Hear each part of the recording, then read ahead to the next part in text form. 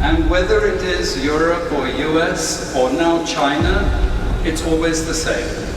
We need Africa to be impoverished because we need those raw materials and we need them dirt cheap.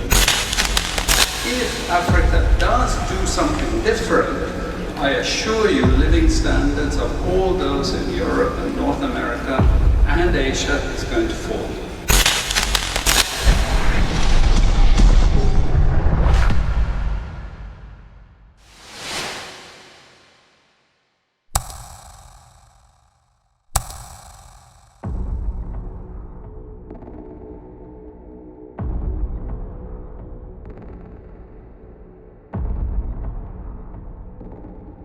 Okay, so what I'm going to try and do is just give you some charts and a couple of tables just to paint a little bit of a picture that you already know. Okay, so what this presentation is fundamentally designed to say is this. Africa historically, sub-Saharan Africa has been fundamental to the global prosperity of the advanced countries. Okay? And Africa had a role to play. It has a role as a raw material producer. We will not allow sub-Saharan Africa to escape that. Okay? We do everything to keep sub-Saharan Africa where it is, also impoverished. It's absolutely vital for the prosperity of everyone else. So let's get clear about that. Okay, and this means all the economic structures, all the global institutions, and the economics we teach everyone is all designed to keep Africa exactly where it is. And whether it is Europe or US or now China, it's always the same. We need Africa to be impoverished because we need those raw materials and we need them dirt cheap. Okay, so that's the message. It doesn't mean to say that there's nothing Africans can do. Of course there is. Okay? But this is the opposition that they're fighting. This is what it's about. Because if Africa does do something different, I assure you living standards of all those in Europe and North America and Asia is going to fall. Okay? And that is a big price to pay. I assure you that the West is not going to allow that without a big fight. Okay, so this is what it's fundamentally about. What I want to show you is how these structures are operating. It's just 20 minutes, so we can't do very much, but just to give you a little bit of an idea. And why I keep the ideology part there is because we are part of the producers of ideology. At universities and academic institutions, we are complicit in this whole enterprise. Okay, so the job of many Western academics is to convince Africans they have to keep doing what they're doing. Okay, and to show them it's your fault that you're poor. It's not our fault. It's your fault that you're poor. You know, so this is what we do in academic institutions, and I want to show that as well. To start, this is what it's basically about, so you know what it's about. But I want to just show you the extent to which Africa is specializing in the production of raw materials and basic agricultural goods. We know the basic forces that have caused this underdevelopment. We know it's colonization. I will not discuss that very much because my colleague speaker is going to go into some aspects of this, but I do want to discuss the global economic structures, the global financial institutions, and economic ideology, briefly, to give you a flavor of those. Let me start with this. You can't really see it so easily, but if those of you who are interested, you want the PowerPoint, I'm sure we can make it available to you. But the thing that you really need to see is the top line. Okay? And the extent of dependency is captured by this statistic at the top. Okay? And you compare it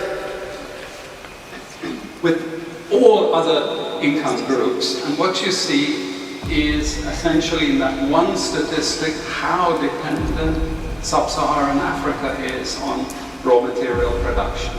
Okay, this is the very heart of what makes sub-Saharan Africa beat.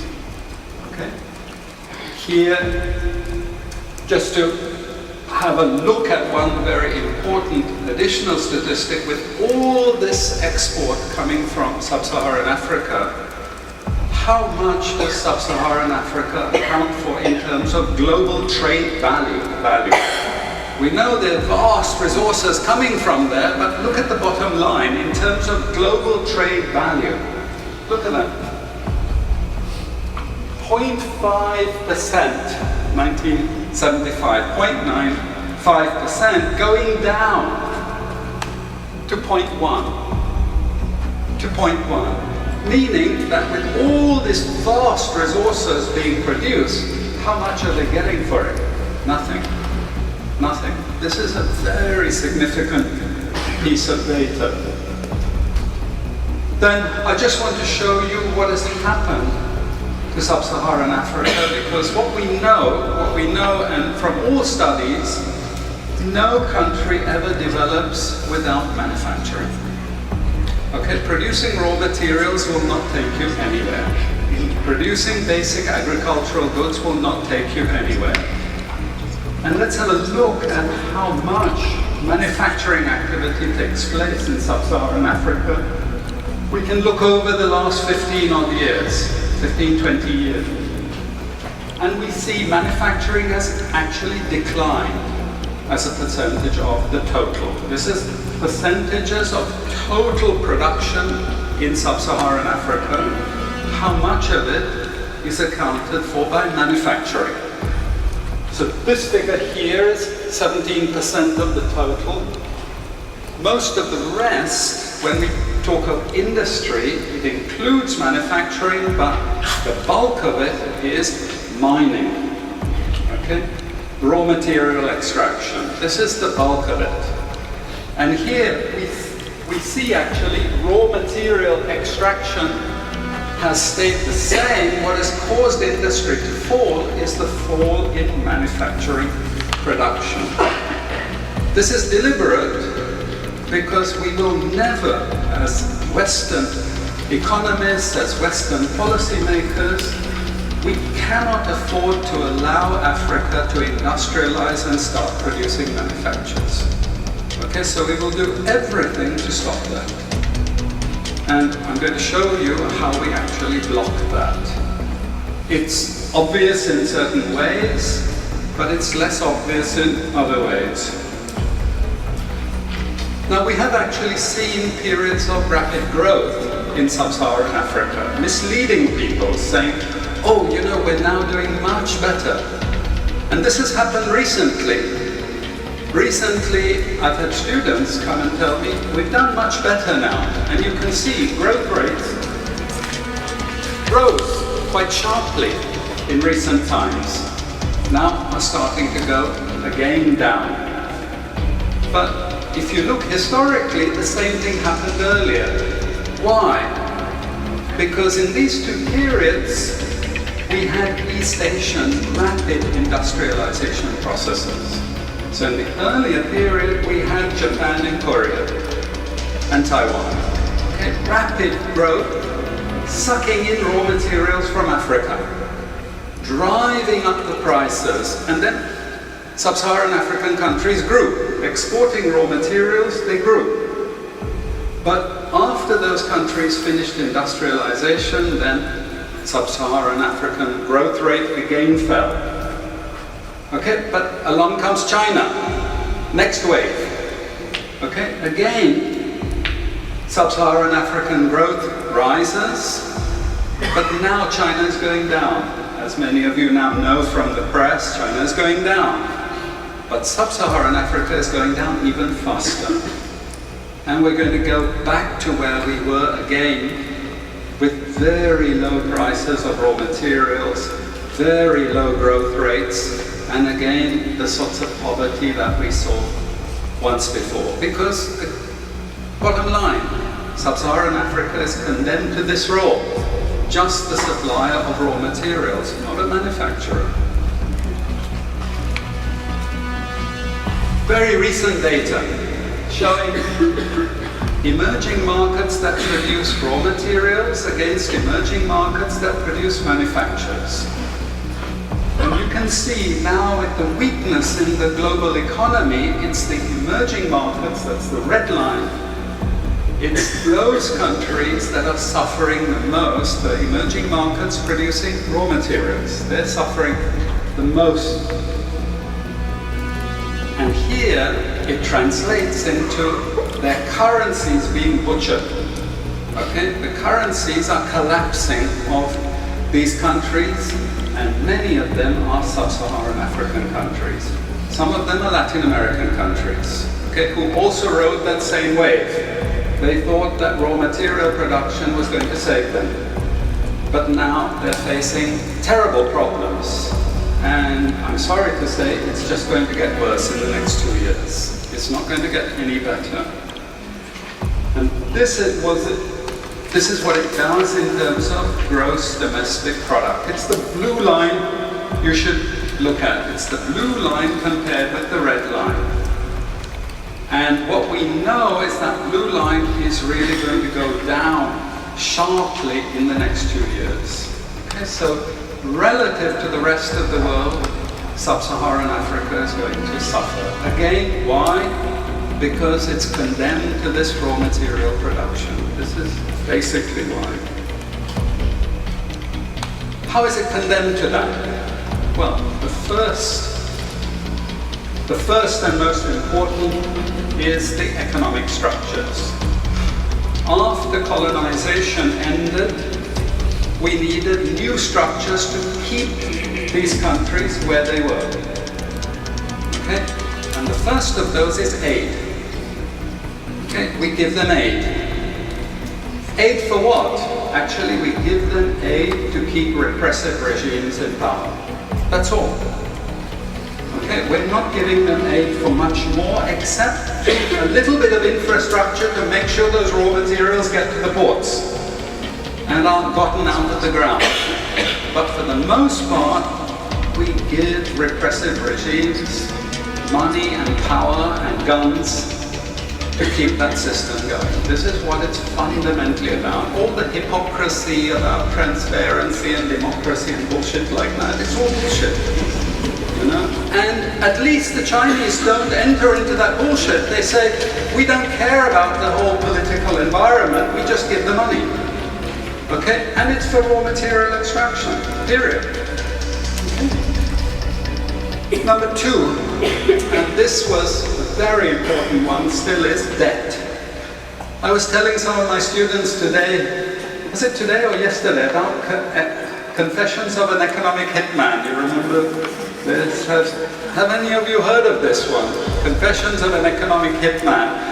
It's a book written by John Perkins, who used to work for a very nebulous, opaque bank. No one had ever heard of this bank, but it was formed in the 1950s by the IMF, the CIA, and the American State Department. And it had only one job: to lend money to developing countries that were raw material producers in order to indebt them. Once you are in my debt, I control you. Okay? And this bank had 4,000 employees, but no one ever heard of this bank, you see? But it would go to country after country offering loans. And if the president did not accept a loan, they were killed. And he gives two examples of presidents who were killed when they did not accept the loan. You see, the lending is also very important to trap the country. It's very important. It's part of that process. I teach in Suriname. And Suriname in recent times had a huge foreign exchange reserve. So big they didn't need to borrow money. And then one of my students who was very high up in government, he said, You know, the IMF is trying to convince us to borrow money from foreigners. Why? I thought, duh, you know, sorry about this, but, you know, this is the game. And in the end, Suriname did borrow this money because the IMF said, if foreigners lend to you, then everyone will think Suriname is such a strong economy that foreigners are interested in lending to you. You understand? Before Lula came to power, you know, the previous president in Brazil, Cardoso, his predecessor, took a gigantic international loan. No necessity for taking the loan. Why? Because once I catch you with the debt strings, I hold you forever. You are my prisoner. Okay, so debt has been this huge spider's web which has trapped sub-Saharan Africa and keeps them held there. Aid, debt. We have a third structure which is again not known by many people, but it's something that was put in place and continues to this very day, with no one discussing it. No one says anything about it. It is monopoly buying structures. This is for all raw materials and basic agricultural goods produced by developing countries. There are only 4 or 5 Western multinationals that buy all those goods. And they collude between them. So if you take any major product, these Western multinationals, they collude between them. Even if we go down to banana production, we had a PhD done here at the ISS, and the person showed that the 4 or 5 major multinationals, they collude, and in order to make sure their control is total, what they do is they force all the producers to produce the same uniform banana. You know, the crap you buy in the West and has no taste at all? You go to any developing country, you know how a banana tastes, don't you? There's so many of them, lots of varieties, but we only market 1 or 2 types, so we have control, you see. If you don't produce at the price I want you to produce, I go to the next country. You see, we get control. So these buyers, they impose that control, and they keep pushing the prices down and down and down. Okay, this is the game. No one says anything about it. There are no commissions of inquiry to say this is illegal what you're doing. The WTO has nothing to say about this. But sorry to say, you know, if banana prices rose 10 times, especially for people like me who love bananas, okay, I protest. I like my living standards. It's the same with all the other raw materials, you see. We're all benefiting, we're complicit. We're actually complicit in this because we will protest and shout out if the situation ever changed. Okay, now we come to those international institutions. And I must tell you this from the outset, don't think of them as wicked. IMF, World Bank, WTO, we always think evil creatures, horrible. It's not. It's just economics. It's economic warfare. The rich declare war on the poor. It happens everywhere. It happens in a country. The rich control the government. Of course they do. You really believe you have democracy? Come on. You know, I mean, grow up. This is not about people living in democratic systems. What we have is the rich control. The rich set up these institutions explicitly to control the poor countries. And they don't give them much room for maneuver. Which incidentally, when the IMF starts talking of poverty alleviation, you should also understand that there's another game there also starting to play, which I'm going to come back to later. But what do these institutions do? What does the IMF do? What is structural adjustment about? It's about making sure countries keep producing what we want them to produce. We make sure they have recurrent balance of payments problems. You notice these countries never get out of balance of payments problems. You notice that? Whereas countries that never took IMF support are always out of balance of payments problems, but the countries that are continuously getting advice and support by the IMF, they're always in balance of payments problems. Why? Because that's the way we keep our stranglehold on them. And that's what we have done. We have done, the IMF and the World Bank. And they've also done something very, very important. And that is they have destroyed the self-sufficiency of these countries. Colonization started it. Okay? One of the most important things is we destroy food self-sufficiency. Okay, and the World Bank continued it. They forced most countries to eliminate all food subsidies and food support. Okay, because once you don't produce your own food, I increase my control over it. How do we know this? Well, a very funny thing happened some years ago, not so funny actually. It involved starvation of a large number of people in Malawi. Okay? Many of you could remember this because it was really tragic. But the Malawian finance minister, who was under terrible threat at the time, suddenly broke ranks and he said, well, you know why we had this famine? Because one of the conditions of the loan given by the World Bank was we destroyed all our grain surplus stocks. Why? Because remember, we want you dependent.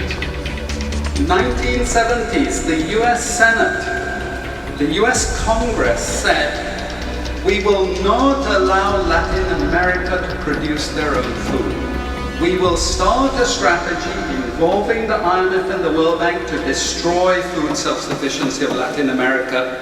Then they will indeed be our true backyard. And that's exactly what they've done. Look at all the Latin American countries. Look at them. They used to be food self-sufficient, but they're no longer food self-sufficient. Now here comes the kicker. This is the beautiful part of it. I congratulate them. You know I admire them because they do it so well. Okay? I know it sounds really perverse, but we have now in the WTO something called the Agreement on Agriculture. Okay? You know what that Agreement on Agriculture states? It says, if you don't have any subsidies, you're not allowed to put these subsidies on food. But if you have subsidies and income support for food production, you can keep them. Who has all the subsidies and income support? US, Europe. The largest budgets in the world for supporting their farmers are Europe and US. But the World Bank and IMF have destroyed all those subsidies. You see, all those subsidies have been destroyed. And now we're telling these countries, you don't have subsidies, tough luck. You know? You see, we're keeping them dependent. We're keeping them on a string. I have 5 minutes, so I have to be choosy about what I say next. We have lots of examples in the WTO to really stop Africa industrializing. This is the crucial thing. We cannot allow them to produce manufacturers. It's not difficult. Trust me, it's not difficult. We need nationalist governments. We need them committed to industrialization, and it won't take them a decade to move out from where they are. This is the fundamental point. It's not difficult. But this next round of the WTO is designed to block that. If we had time, I would go through all the different things that they're trying to put into place to block anyone else getting on top of the ladder. You've read this book of Hajun Chang, Kicking Away the Ladder. You see, when we become rich, we make sure the others can't climb up the ladder and join us. Okay? And this is what this next Doha round is about. It's to make sure, especially sub-Saharan African countries, do not escape. Since I have about 3 minutes left, I'm going to go to this economic ideology thing, because this is important for academics. You see, we teach, in many cases, garbage. And it doesn't hurt anyone, a lot of this garbage. You know, it's just blah, blah, blah, blah, blah. And we don't know what we have learned, but anyway, we were there at the university and you got a certificate and you go away and you feel you've learned something. But sometimes we teach very destructive things. And no more important than when we're teaching people from developing countries. And one of those very damaging and destructive things is the doctrine of comparative advantage. It's a lie from beginning to end. It's utter crap. It has been decimated many times, but we keep it in every curriculum. Why? Because it tells sub-Saharan African countries that their destiny is to produce raw materials, you see. And if you produce raw materials, you get rich just like we are in the West. You see, this is the game we're playing, and just for you to be totally confused, we normally build models with it, mathematical models, so you really have no idea what we're talking about. But it seems all very scientific. Then we have the modern version of this is because it's all a failure, we know it's a failure, we now have a new generation of economists saying, it's only a failure because you're all corrupt in your countries. We call that new institutional economics. You've all probably learnt it all, but you didn't know why they invented it. It was invented to tell you the same thing. You should keep producing raw materials. Now, don't be as corrupt as you were before. Nobody ever told you that aid was designed to actually start the corruption process in the first place. Okay, and we need corruption to make sure you're doing all these things. But now we blame the victim. You're poor because it's your fault, basically. And you're poor, stupid, and corrupt, basically. This is the message that we're giving people. We also have many theoretical justifications, but I'm going to say something controversial to end. And she's happy that I'm ending because she has to discipline me. And that is, there are also what I call more enlightened approaches, but which are also potentially destructive for sub-Saharan African development. And this is where I come back to the IMF and the World Bank. You see, now they're all into poverty alleviation. They want you to concentrate on redistributing income, and it's something nice. You're young people, you're socially conscious, you're aware. You don't like all this injustice. So you gravitate towards what we call pro-poor strategies. But actually, I'm sorry to tell you, that is not what Africa needs. Africa needs aggressive industrialization. When China was a communist country and we had equal distribution, who feared China? Who took them seriously? They weren't even the size of the Netherlands. But today, I can't open an internet site, I can't open a magazine, I can't open a newspaper without China, China, China, China. And we know what has built China. It's not socialism or communism, it's capitalism, guys. It's manufacturing, it's production. This is what creates employment, this is what creates the jobs. I'm not pro-capitalist, but this is the reality, and unfortunately, we're now going to get caught with the good cop, bad cop. The good cop is now IMF saying, oh, you must concentrate on poverty reduction and income redistribution, as long as we can take you away from industrialization. This is the crucial thing, you know? I leave it at that, and I'm sorry I took so much.